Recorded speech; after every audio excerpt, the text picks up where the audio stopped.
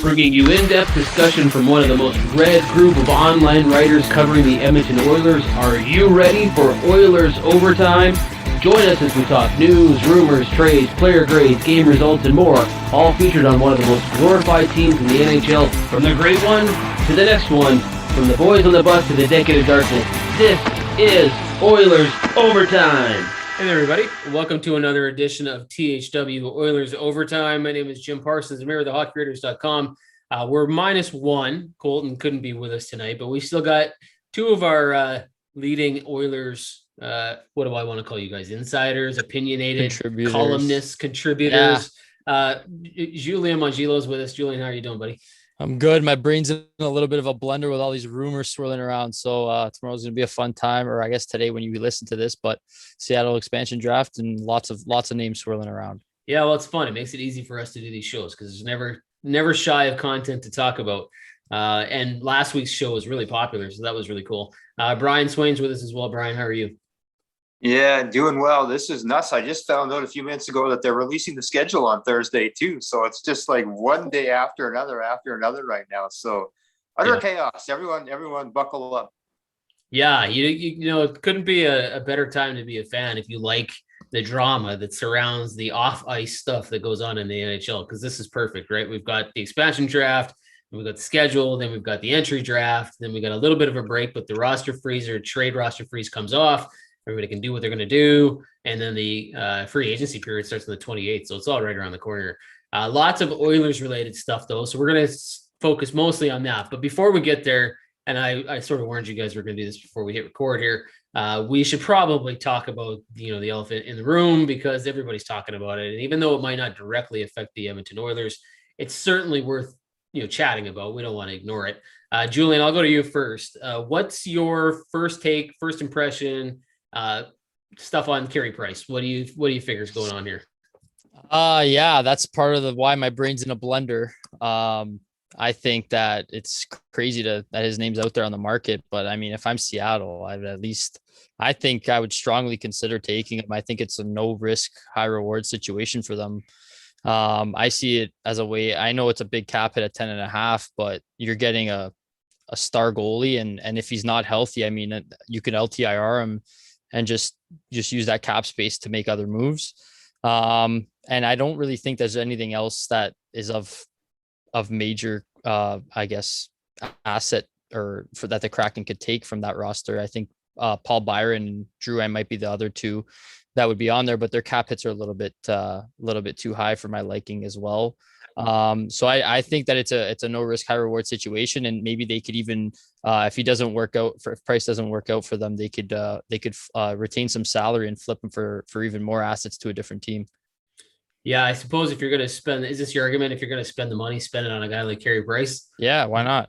Yeah, I suppose that's true. I guess the one risk, if you say there's no risk, is that the cap hit is an issue if he doesn't go on LTIR, and there's a lot of goaltenders available that they could take instead of him. So I suppose there's that. But if he's injured, and I don't know how serious this whole injury thing is, we're going to find out here in the next couple of days. Brian, what's your take on this whole Carey Price situation? Would you take him or would you leave him? That's tough. I mean, I'll echo a lot of what was just said by Julian. The cap hit is huge. It's huge. When I first heard this, I was stunned, and I thought, my initial reaction was, there's no way. If I'm Seattle, there's no way I'm passing this up. You look, I mean, we know here in Edmonton how hard it is to get a goalie of that caliber. It's probably been 2 decades. Probably Curtis Joseph was the last guy we had like that, right? I mean, you could search literally generations to find a goalie at this level. And I look at the difference that Fleury made, him going to Vegas. And I think he was so pivotal in so many ways with that franchise and in the success they've had, with the culture they've established as a veteran leader, a guy who won things before and came there and brought that with him. And obviously he was just tremendously popular with the fan base there too. And Carey Price would obviously be the toast of the city in Seattle if he goes there right away. So, I mean, it checks all those boxes, but then after you think about it for a little bit, you look at his age, the health questions, and then finally you get to that cap hit, and that does make you just stop and think for just a minute. Because if they're going to make that move, like, yeah, okay, if he could go on LTIR, but if they're going to go and take him, then they better be prepared they better have a plan to actually deal with the situation if he is fully healthy and ready to play, whether that means flipping him or what. So I don't know what's going on here. There's so much more than we have any idea. I mean, like the Habs have to have, that's the other thing too. I figure the Habs have to know something that nobody else knows, that maybe even Seattle doesn't know, that maybe Carey Price himself doesn't know. It's just like, who knows what about who, right? That's kind of where we're at. We certainly don't have all the information. That's for sure. I'm guessing though that, combination wise, goalie tandem wise, if Chris Driedger's a guy that they sign out of Florida, there's probably not a better person, the money aside, than a guy like Carey Price, because Chris Driedger is a very good goalie, but he's not a proven goalie, right? No. He's only had X amount of games for Florida, and while he did a very good job, and he won the starting role over a guy like Bobrovsky. Talk about a guy that's got a big cap hit and a huge contract.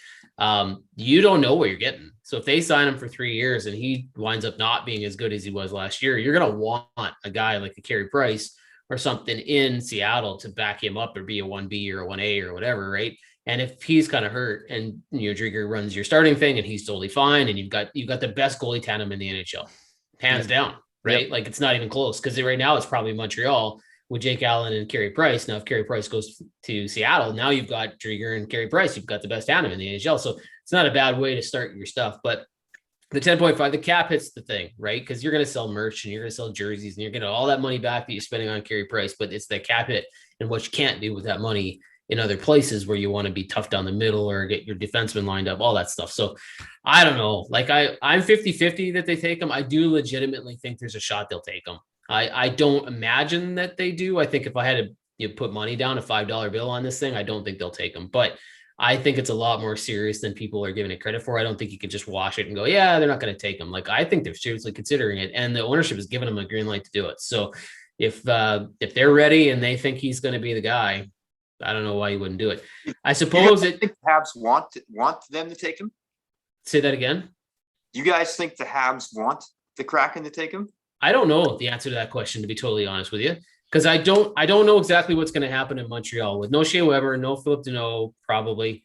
And you've got other holes that you've got to fill. And not having $10.5 million on your cap hit if you've got Jake Allen, because the Montreal Canadiens are not worried about it. They got Jake Allen. Like it's something to lose Carey Price, certainly emotional. He's a big part of that city. He's a big part of that team and that franchise. But you got Jake Allen. So it's not like you just don't have a goalie anymore, and you can go out and get somebody else to play the backup role. But what I think they can do with that money, if they don't got the Weber on the books and they don't got Deneau on the books and they don't got maybe Duran on the books, they got like $25 million to go spend in a year that it's good to have that kind of cap space, right? Mm-hmm. So they certainly could do a lot with that. Emotionally, I don't think they want him to go, but I don't know. Yeah, I just think the timeline of it all is pretty funny. Just how everything unfolded with he's exposed, now he's injured, now they don't know his future. But I don't know. I think if at the end of the day they're just trying to maximize what they can protect at the end, and hopefully they're just thinking that the risk is too much for Seattle to bother taking them, and they get to keep both goaltenders. Mind you, there is some good goaltenders elsewhere and other teams that they could select very easily too. So it'll be interesting, but I think at the end of the day, there's too much. Like if they really wanted to keep him around, I think they would have just protected him if they weren't worried about losing. Well, I did hear that Carey Price, this was his idea, like that Montreal was really trying to trade Jake Allen prior to the expansion draft because they were worried they were going to lose him, and they didn't want to lose him for nothing. So they were trying to trade him, but they couldn't get the return. And so Carey Price was the one that went to Montreal. This is what I've read from pretty reliable people. So that he went to them and said, just leave me exposed. And they didn't want to do it. And he said, look, like I'm injured. I've got this. I've got my cap hit. Like it was his idea. And they finally, when they couldn't make the trade, came back. So if that's true, then there's something there, right? Because Montreal's like, no, we don't want to lose you. So if that is any indication of where their heads were at, it's very interesting. I really don't know what's going to happen. And it sets the whole tone for the whole expansion draft, which is totally awesome because it makes it really, really entertaining. I can't wait to see the 30 for 30 about this. Yeah. There's probably a whole crew filming all this. We don't even know about it and everything like that. Let's use this so as a transition to get into, it's the last topic I put on our list, but maybe we'll talk about it first because we're talking about goaltenders. There's some talk here about Mike Smith. Now, we've heard, speaking of goalies, that he's a guy that wants to come back to Edmonton. The Oilers clearly want to have him back, but there's a little bit of, I don't know what the word is, headache, hiccups, whatever you want to call it, in their contract negotiations. He wants 2 years. The Oilers don't want to give him 2 years. They want to give him 1 year. It might go $2 million in 2 years. Brian, I'll start with you. Do you give that to Mike Smith if that's what it takes? With Koskinen being off the books next year, yeah, I'd be okay with that. If they're deciding to go in and bring Mike Smith back as your number one this year, then at an AAV of $2 million for 2 years, yeah, I'd be okay with that. Not ideal. I think you'd want him to sign him to 1 year, but I mean that's not a monstrous contract by any means. And I think even just if he's your starter next year, then that's a real problem. But if you have to eat that $2 million, whatever it may be, buyout or I don't know what if it's digestible, right? Is basically what I'm getting to. So yeah, I would be not ideal, but yeah, I would do it. It's digestible. It's certainly problematic if he doesn't have a good year this season, right? It's one of those things where you could front load it. Like say it's a $4 million contract and you go 2.5, 1.5, or you go 2.75, 1.25, you can dump that contract in the second year unless he has a crappy season the first time out, right? If he doesn't come back this season and play really well, then you're stuck with it. Now, it's not the worst contract to be stuck with, but I'm going to assume that whatever he signs is going to have some sort of no move, some sort of trade condition or whatever involved in it. So then you're sort of handcuffed. Julian, what would you do? Would you just say, no, I'm sorry, it's 1 year or it's nothing? Yeah, I think I'm more leaning to that side. I understand it. Like Brian said, it is digestible. Like you could live with it at the end of the day. But if I'm Ken Holland, we've seen him play hardball before, right? I mean, he's pretty much stuck to his guns and on most of the stuff when he's had to. And I think that if he doesn't want to give him that money, he won't. And I just think there's equivalent options to Mike Smith that are younger and at least less of a, I guess, injury prone at this point of their career, that they would be able to give the same amount of money to do the same job per se that Mike Smith might be able to do, especially if he does take a step back. Brian, you chuckled when he said hardball. Were you laughing about the Duncan Keith trade? Is that why you're chuckling? Yeah, I don't know if that was quite hardball there, but anyway. Well, yeah. I was thinking about that too when he said it. It's like, yes, he has. Like he played hardball with Jesse Puljujarvi. He played hardball with him. He certainly didn't play hardball with Duncan Keith.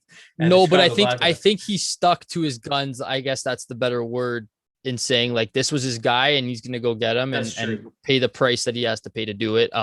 So I think that he's very much in that mind space and it wouldn't surprise me if that's the same approach that he takes with Mike Smith. And I think in this case, if it comes down to a point where it's like Mike Smith has $2 million over 2 years or $4 million over 2 years, or I walk, he'll blink.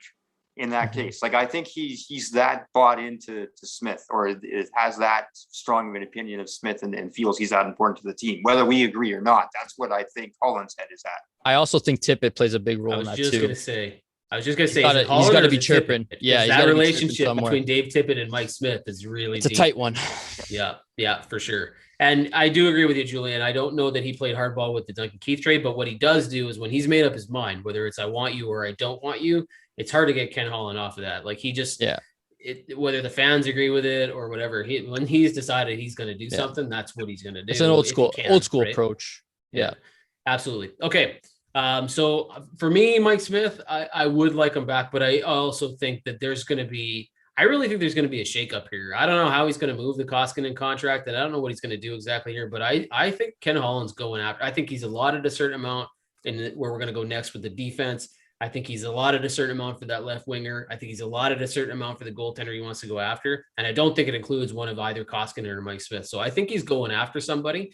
And if that means Smith is not going to be back, or that means Koskinen is moved, I don't know what the answer to that is, but I just have a feeling that I was saying for weeks that I think Koskinen and Smith could be the tandem. I don't know if I'm still with that. Like, I just got this feeling now that he's sort of allotted certain money in certain places. And I just don't know. Like, I think there's so many, and you realize the goaltending options when you're looking at the expansion draft, right? And just how many goaltenders are available. There's a lot of goalies available. Like it's certainly a buyer's market in that respect, even though there's a lot of people that want to have goaltending. Let's shift gears here a little bit and let's talk about the topic that seems to be on a lot of minds for the Edmonton Oilers because it has really shifted. Adam Larsson. We have all thought, I think, and correct me if I'm wrong, we've all kind of figured this was going to get done, right? Like long time ago. Yeah. Like we figured this was in the bag, whether it was $4 million for 3 or 4 years or whatever. And I think there's some people who still think that. I know Mark Spector of Sportsnet has continued to, truck along here, say, I think it's going to get done. There's a lot of people who still think it's going to get done, but there's a lot of sources now that are talking about the fact that Adam Larson's going free agency. He's going to check it out. He's going to see what's out there. It doesn't mean he's not going to sign in Edmonton, but there's more. Frank Saravalli, I think, is the one who reported. It's more like he's leaning against signing with the Oilers, and then Tyson Barrie is going to be the one that comes back here. So let's dissect this and go part by part here. Julian, what's your first take on the spin now, the change in direction, the fact that Adam Larsson might not be coming back? Yeah, I think we talked about it before. It throws a little bit of a curveball just because the Oilers don't really have a guy that does what he does, right? Like just the style of play that he plays, a little grittier, more physical style, good on the penalty kill. They don't really have that defensive defenseman that they can rely on in those situations. So I think that it does definitely throw a wrench in their plans, and they're definitely going to have to find a similar replacement. I think that the market does have some free agents available to do that with. It's just there's uncertainty with those guys. Like you don't know what you're going to get. We've talked about guys like Hjalmarsson and older guys like Jason Demers before. At least I have. That could be fits in that sense because of their defensive play. I think there's another guys. If you're going like a little bit cheaper, there's guys like Travis Hamonic that could fill that role. But I don't know if you can lean on him for a top four role. After what we've seen in Vancouver, some guy like that. Yanni Hakanpää is another guy from Carolina who's a UFA, and I think he's probably the closest thing to what Larsson is in terms of a defensive defenseman, blocks a lot of shots, throws a lot of hits. So in terms of style, I think that's the closest thing on the open market you're going to find. Again, it's the uncertainty around not knowing what you're getting from whoever you're bringing in. Yeah, there's certainly a familiarity quality to Adam Larsson, and they've said it. He's in their leadership group. He's kind of grown with this team over the last few years. Brian, do you think that this is are we worrying for nothing, or is there like legitimately a shot here that he's going to take off? It would be funny if you put together like our clips took one clip about Larsson from each show over the last 6 weeks. I listened to how he described the fact of whether he's coming back or not, and just watch it evolve from like being a slam dunk to where we are today. Yeah. But yeah. And this could be, sorry to cut you off. This could be all expansion draft related. Like for all we know, it's done. That this is just a matter of the draft had to go Smoke through. screen. We had to wait for it all. And we've talked ourselves into this nervousness that he might explore the market. And there's nothing wrong with checking it out, but he's probably for all we know, he's still leaning at it. I think we just had too much time on our hands and the deal's not done. So now whatever. We said this last week, or I remember commenting about this last week after the Keith trade. It's like, okay, well, we know they can't sign Larsson before the expansion draft now because that would completely throw everything off. And that means we've got this runway of 8 or 9 days for everything to just start building up. And sure enough, here we are. The fascinating thing about this, though, is that, like you mentioned, Frank Saravalli, who's an incredible insider, great reporter. Always, he doesn't make stuff up. Yeah, he's super plugged in. He's super plugged in. On the flip side, you have Ryan Rishaug today, who's I rank right up there on the same. I think just as highly as him as I do of Frank, saying that Larsson is going to come back. And you mentioned Spec too. Mark Spector is saying the same thing, right? So these are all guys these are guys that don't trade in rumors or just throw stuff out there to start things, and they're all pretty firm on what their sources are telling them, and they're completely different ends of the spectrum. So it's not Carey Price level stuff, but it's in its own little Edmonton bubble. Like the dichotomy of this is really fascinating. It's been a while since I can remember something that's kind of played out like this, where there's just so many rumors pulling in different sides. But yeah, I mean, I still think he's coming back. And it's just the fact that you couldn't sign him once the Keith thing went down. You couldn't sign him before the expansion draft. So we knew we would be sitting here right now talking about him not being signed yet. Well, I think it's emotional for Oilers fans because of the fact that there's no, like Julian pointed out, there's no other defenseman on this roster like that, right? And so if you lose out of, like, if we had another stay-at-home, break the cycle, tough, gritty defenseman on this roster, nobody would really be blinking here. But we don't, right? We have a bunch of offensively skilled, smaller guys. The potential, and we'll go here next with Tyson Barrie coming in to fill that hole, certainly doesn't do that. So if you lose Larsson, like Julian said, you either got to go out and find them or you're missing that piece. And there's no Stanley Cup playoff contending team that is missing that piece. It just doesn't exist. Like you got to have that on your roster. So I think that's why everybody's so emotional, is because if Adam Larsson goes, then you don't have it, right? You just, Darnell Nurse is the guy, but he's on the other side and he's relied on for so many other things, including playing a million minutes and trying to get you some offense too. Larsson is just the guy. He's the guy you put out there in the final 2 minutes of every game. He's the guy that shuts down all the cycles. He plays against the best players and you know that you can rely on him. The Oilers don't have that. You certainly don't have it in Ethan Bear. You know, it's like all that stuff, right? So I think that's why everybody's freaking out, because like then you're immediately panicked. Okay, well, what do we do? Like what happens if Adam Larsson goes, right? And that could lead to overpaying someone in free agency, right? And then you get into a deal where you're chasing the next player who's available. It's David Safard, then you go down the list, then the next guy's taken, then you end up overpaying for an asset. So let me ask you this. You talk about overpaying. What is the highest rate you would go for Adam Larsson, Julian? We've been down this road before. I mean, but now that we know that there's maybe this chance he leaves, like, does it change your opinion of how much you're willing to give him just to make sure he doesn't? I think I was around the same, where I was saying that he's going to get around 4 million, and I think that 4 to 4.5 might get it done. I don't think he'll take, I think we were talking before about 3.5 ish range or 3 million, depending on the term. But I think the number is 4 and just a little over that, in order to get him to come back now. I think the only way he takes like 3.5 is like 6 years, 6 or 7 years, and maybe does it. What about you, Brian? Is there a limit? I think of him pretty highly, and I agree with everything you said about the value he brings to this team. I think he's irreplaceable. I know that's a lot to say about a secondary defenseman, but like you say, when you look at the alternatives that are out there and they're just not out there, I would be okay doing 4.5 over 4.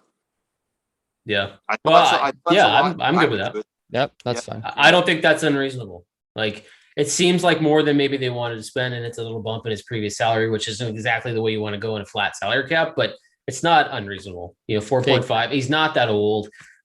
He's certainly valuable, and he'll give you the value of that contract. So it's not like, and it's 4 years. So it's not like you're like, oh my God, I'm so hand-tied. Yeah. Considering the fact you brought it up there, he isn't that old. Yeah. 28, right? Was mentioned there a 6 or 7 year deal. If it was around in the like 3.5 range, would you maybe, the fact that he would only be 35 ish when that deal comes off the books, consider going 6 to get that AAV down? Well, Spector's saying 4 years at 3.9. If you can get it down to 3.3 for like 5 years, even, I don't know that he does 3 million, even if it's 6. Yeah, I would do 5 by 3.5. I would do that. Because even at 32, he's going to not asking him to do too much. He's going to play penalty kill minutes. Right? He's not a terrible. You can hide him later on if you had to. You know what I mean? Like, and you probably could trade it if you front load the contract easily. Right? Yeah. So I don't know why you wouldn't, right? If we can do this with Chris Russell and then eventually get him to sign for 1.5 or whatever, you probably can do the same thing with Larsson if you had to. But I don't see those two as the same type of defenseman. I think Adam Larsson is going to give you the value over 5 years if you had to. I'm with other people though. I'm hoping, I'm crossing my fingers. I think it'll get done on 4 years, and we'll see where it goes. But I think it'll be done. Let's play hypothetical though. Let's say he doesn't. Let's say he goes to Philly for 5 times 5 or something like that, right? Now, Tyson Barrie is the first shoe-in choice that everybody seems to be talking about. He's the guy that has checked out the market. I think his agent has realized he's not going to hit the home run he thought he was going to hit. And Edmonton's a pretty comfortable spot for him. He's going to produce good numbers. He's going to play on the power play. Now, forgetting all the things we talked about with Evan Bouchard, and maybe we'll go there in a minute, but is Tyson Barrie? I don't think he is, but he's not your guy for Adam Larsson, is he? Like, you can't just turn, okay, we lost Larsson, let's just sign Barrie and we'll call it a day. You can't do that, can you, Julian? Not in my eyes. I think he's not the guy to replace him. I wouldn't mind taking him back, but not in order to replace Larsson. I think it leaves your right side just, it's not big enough. It's not nasty enough to be a competitive team. And I think they lose a lot with that. And it also hampers Bouchard's development, right? You've mentioned it before, right? It's just, if they're ready to see what he's got, Tyson Barrie being here is not going to help his situation. And if that's the case, then you might as well move Bouchard and see what you can get for him, because if he's not going to have a role and Tyson Barrie is going to be here for the next few years, how is he supposed to develop into an offensive defenseman? Yeah. I would move Barrie if I had to, like if I'm keeping Barrie, like say Barrie says, okay, fine, I'll do 3 or 4 years and I'll do it for $4 million. Okay. Well, there's That's some fair. use that you can get out of him there. He's still a power play guy. He's effective in certain situations. It's not the worst contract in the world. But you certainly can't have Barry, Bouchard, and Barry. So you got to move one. I still think Bouchard's good. And some people are saying he's a 50, 60 point guy if he plays the power play, right? So, but we don't know that. So you're trading him and you haven't seen what his production's going to be. You could be kicking yourself so badly later. And there's value for Ethan Bear. Brian, what about you? Do you think that Tyson Barrie is the guy that you look at if Adam Larsson goes, or you just, you know what, screw it, we're not doing either one of them, we'll just go find somebody else? Yeah, I find it so peculiar. I mean, I understand they're both right side defensemen, but other than that, I mean, it's just as like they're so completely different in what they bring to the team. It just doesn't make sense to me that, okay, we lose out on this one, but we'll replace them with Barrie. That doesn't mesh to me. And yeah, I was thinking about it, like you guys bring up the point with Bouchard. On the flip side, if this team, and we've kind of been thinking all along that Barrie, it was kind of, as much as we assumed Larsson was coming back, we assumed Barrie probably wasn't coming back, right? Yeah. But we never really dove into what that means for a potential, like who's your power play quarterback then, for example? If this team moves forward without Barrie, does that mean Bouchard is stepping in? Is it going to be Keith maybe? I mean, this kind of got the wheels spit into my head for me about, okay, what does this team look like without Barrie moving forward next year? So there's a lot of questions on defense. A lot of it hinges on, I think, the man you're going to bring up next year. You talking about where are we going? Bouchard. Yeah. I was going to say, like, I think Bouchard's the guy you give the first crack to, and you hope that he does everything you think he's going to do if you don't have Barrie. And if it doesn't work, I think you can use Duncan Keith, but I think you still got to be sparing in his minutes. I don't think you want to go over 20. Like, if you can help it, keep him under 20 and make sure he's everything you thought you were getting when you got that trade, 19 to 20 minutes, 18 to 20 minutes. Power play time is something, but he can do it. And Darnell could probably do it too. Yeah, right? Nurse would have to be your guy if Barry's not here, I would, and Bouchard's not ready or shows that he's not ready, then it's got to be Nurse for me. Well, the thing about Duncan Keith and Darnell Nurse is you go back to the Oscar Cliffbaum days where you got a lefty running that power play, right? Because Barrie, they had to completely change the system when Barrie came in because he was a righty, and they hadn't had a righty running that. Cliffbaum was running it forever. Right. And you saw it at the beginning of the season. It took a while for them to get used to it. And everybody's like crapping all over Tyson Barrie because he's not scoring right away. And it's like, look, I got to get used to this. Like, this is new system for them. It's a new system for me. We've never done it from the right side like this before. And it took a while, but once they did it, it was fine. You'd have to go back, right? If Barrie doesn't, you'd have to go back to the lefties, Darnell Nurse or Duncan Keith running things. Or you'd have to hope, like you said, Evan Bouchard. I think Evan Bouchard is going to do it. I have so much confidence in this kid. But it's not proven. We haven't seen it yet. So we talked about this. What's the ceiling for Evan Bouchard? Like, we don't think that Barrie, Bouchard, and Bear is going to be able to run the table as you're ready. So somebody's probably going to move. But let's say that Evan Bouchard, they have all the confidence in the world in him. They give him the opportunity. He runs your power play. He does all that stuff. Brian, what do you see as the ceiling for this kid? I honestly have no idea. I think it's so hard to project at this time, and especially with having played so sparingly this year, I really have no idea. I'd like to think that it's what I mean, I think if you're putting him in the category of 55, 60 points. Well, Bob Stauffer is super high on him, right? And he's got a lot of opinions, but I don't necessarily disagree with him on. I think if you give him all the minutes that we're talking, like a number 2 power play kind of minutes, it's possible. I mean, in the small glimpses that we've seen of him, he certainly has a knack for being able to score. Yeah.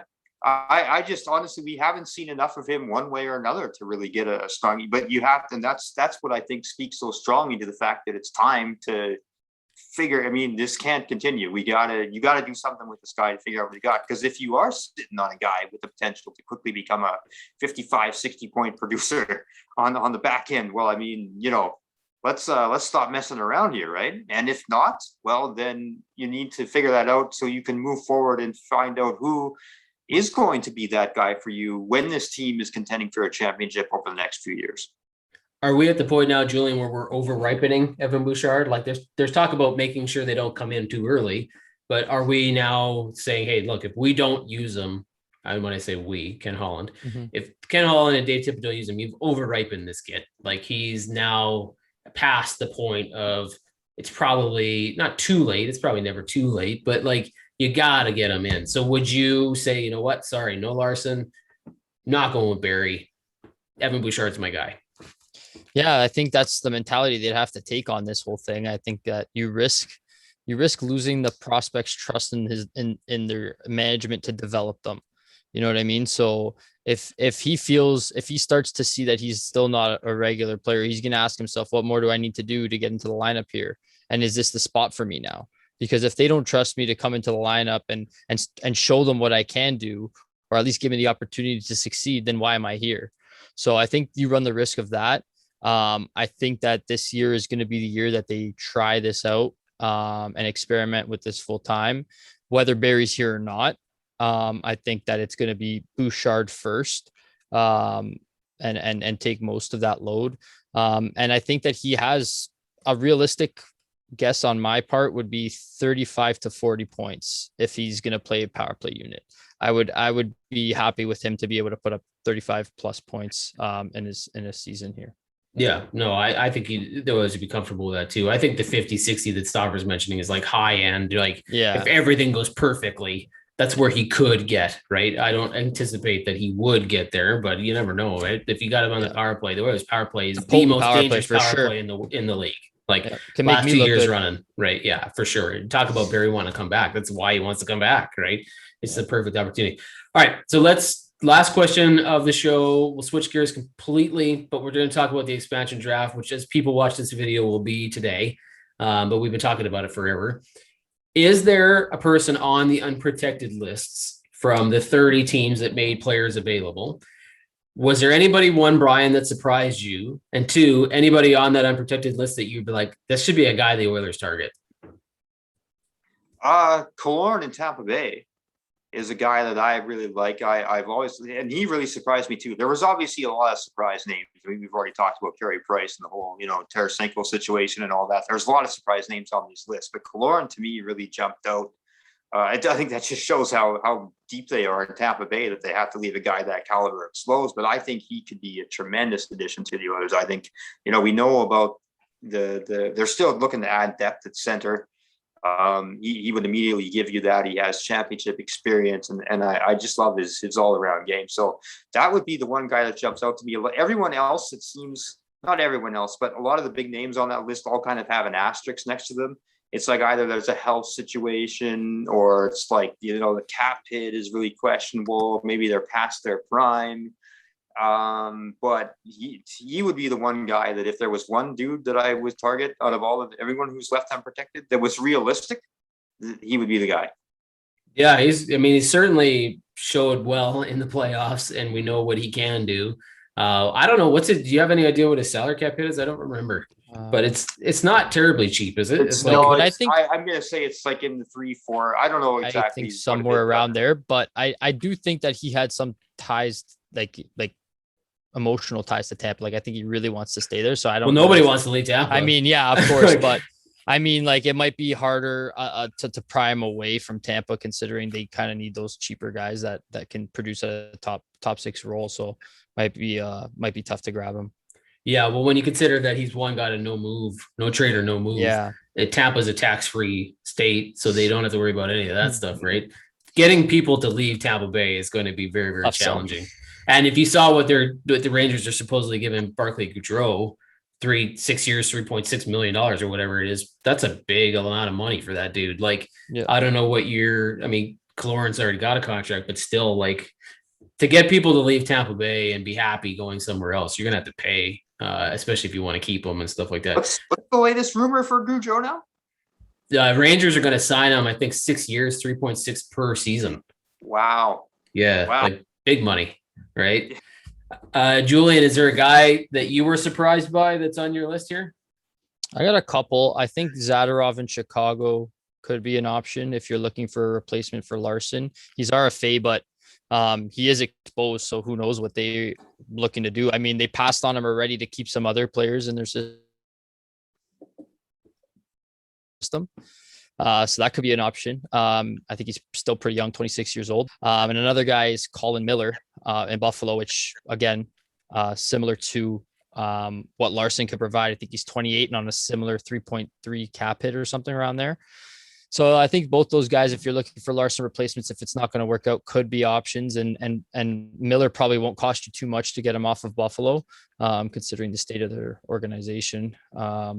And another one I'd like to throw out there is Max Domi. I think that one could be a sneaky good one just because of the grit factor and a little bit of the energy that he could provide. And he is a skillful player still. So, maybe just his time in Columbus could be numbered. They didn't protect him. So I could see the Oilers going for a guy like that. At least, he's a younger player. And if you're going to go spend that money on Hyman or someone like that, I mean, I'd rather have Domi if that was me. Yeah, I was thinking about Max Domi too. I definitely wouldn't rely on him as one of your big gets. You know what I mean? Like he's not happy. Columbus is not happy with him. He's had a bad run of luck here over the last couple seasons.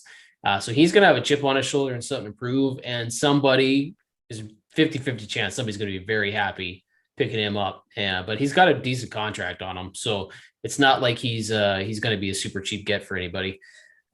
You know what? I'm going to go off the board here. And I don't think it's necessarily realistic, but I've talked about him before, and I've heard a lot of rumblings that there are teams talking to Seattle about plucking this player from St. Louis and then turning around and flipping him and retaining salary in the deal. And that's Vladimir Tarasenko. I don't know that the Oilers necessarily need him because he's a righty. But at the same time, if you can get a player like him in the $5 to $5.5 million range or something like that, you can give something up to make Seattle do that. Now you'd have to give a pretty good sweetener because there's options in St. Louis. There's Vince Dunn and there's Jaden Schwartz. And these are all players that Seattle seems to have some interest in. So you're going to have to convince them not to take one of those two guys and take Tarasenko instead, and then just turn around and flip them. But if you can give a pick for that, and you can get a guy who, if healthy, is going to score you 30 goals pretty easily, that'd be very, very interesting. And I mentioned it because I love chaos, right? Like I absolutely love the dominoes that can fall when big moves like that happen. What would the sweetener have to be? Like, what would you be okay with the Oilers giving up as a sweetener? Like Yamamoto, is that too much, or is that something you? No, I think I like Yamamoto a lot, but I would do that deal. I agree. Yeah, because Yamamoto is young and he's got a higher ceiling.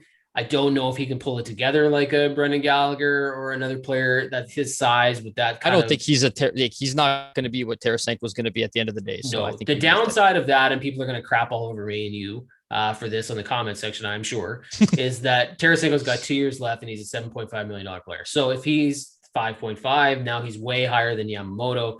You're moving out a really low contract under team control for a guy who could take off in 2 years, is older and has an injury history. So I totally get why people are. Yeah, I hear it, but I mean, but it's proven versus unproven. And, I don't know. I think I would still do it. I just think the upside of a guy like Tarasenko, if you could do it, and if he comes in, it's a lot of ifs, but if he comes in healthy, look out. Like that dude is dangerous, right? Like he scored 40 before.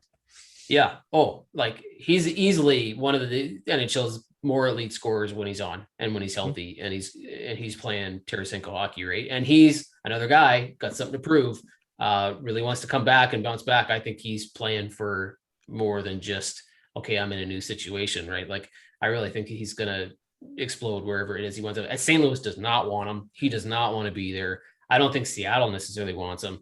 So they'll look at an opportunity to go, okay, well, what can we get out of this, right? Can we move this dude? Can we do something else, get a sweetener? You're right, though. The sweetener is going to have to be pretty serious, and I don't know exactly what you do there. And Ken Holland so far doesn't seem to have a great track record this offseason of giving up sweeteners. So we'll see. It's a pipe dream, but it creates a lot of storyline opportunities for the Oilers, which I'm all for. I don't know where else to go. I think that's probably going to cover it for today. I'm very curious about what happens today with the expansion draft again, as people watch. This is going to be today. Let's leave it here. Oilers related, not related. Brian, any major surprises come out of this expansion draft for you? Anything that you're like, yeah, like be prepared, hang on, because something's coming here. You're asking for a bold prediction? Sure. Yeah. That's a good, that's the term. They do not take Carey Price. Is that bold? That's probably not bold, is it? I don't know. It's 50-50. I want to throw something crazy out there. It's not going to be, they're not going to take Tyler Benson. They're going to take Bouchard. There you go. Well, what's the dude? Was Seth Griffin? Is that the dude, the prospect in Edmonton that Jonathan Willis mentioned today? that Seattle might have their eyes on. That's who they want. But I don't. He said something about it, and I just like really like it didn't even cross my radar. Right? Yeah, like, no, not at all. It'd be super shocking if that happened. Okay, so Brian's not sure that they're going to take Carey Price, and we'll see what happens there. But Jujhar Khaira, the Kraken take Jujhar Khaira from the Oilers, not Benson. That's my bold prediction. Okay, Julian, what about you? Anything that you're like? This is. I was gonna say that they're gonna take Carey Price, but if we're gonna go away from that, I'll say that they select Yanni Gourde off of Tampa Bay. Yeah, I could see that too. I'm gonna suggest that we're gonna see a major flip. So they're gonna pick somebody and then immediately trade that somebody. Oh, and yeah, it's gonna shock us, right? Like I just get the feeling that somebody we didn't think they would take, they've got a deal lined up with another team to take that person, then flip them, and we'll be like, whoa. Like, what's the over under on trades tomorrow with our side deals with the Kraken? What do we say? Oof. Well, 3.5. I'm setting it at 3.5. 3.5. Okay, yeah. I'm going to take the under.